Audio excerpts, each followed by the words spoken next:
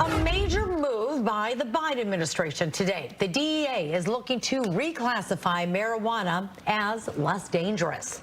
The drug is already legal recreationally in nearly half of the nation, including Michigan. Fox 2's Dave Spencer is digging into what this reclassification really would mean. And Dave, you have a lot of people listening closely to this one. Yeah, this is good news potentially for those who work and operate and own something in the cannabis industry, because what it could mean potentially here is less taxes going to the federal government. Obviously, we still have a long way to go before we reach that point.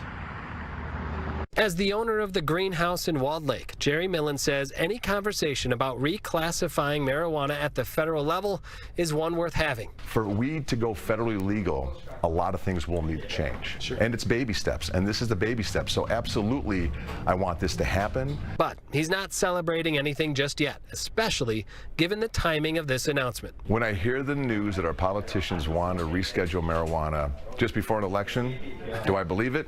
50-50. He says he's heard it all before. 4 years ago, now President Joe Biden ran on the promise of decriminalizing pot at a federal level. Now, this proposal by the Biden administration would reclassify marijuana from a Class 1 drug like LSD and heroin. Marijuana should not be anywhere near those substances. Schedule 3 will be with like ketamine and steroids. One potential reason for reclassification, the Fed's opinion that marijuana is not addictive like the other Schedule 1 drugs. But the reclassification will benefit business owners. It allows us to get rid of a tax code called 280E.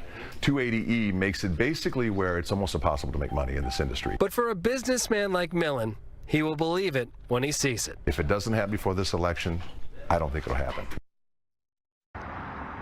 So here's what's going to happen next. There will be a public hearing. This will be available for the public to weigh in. That will happen for 60 days once that's declared. And then a judge will review that and decide whether or not this deserves a hearing. So again, a long way to go. Reporting live tonight in Southfield, Dave Spencer, Fox 2 News.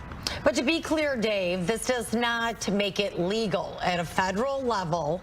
This just means that it's just less dangerous, and it really doesn't affect, I guess, things in the long run when it comes to maybe the criminal standing.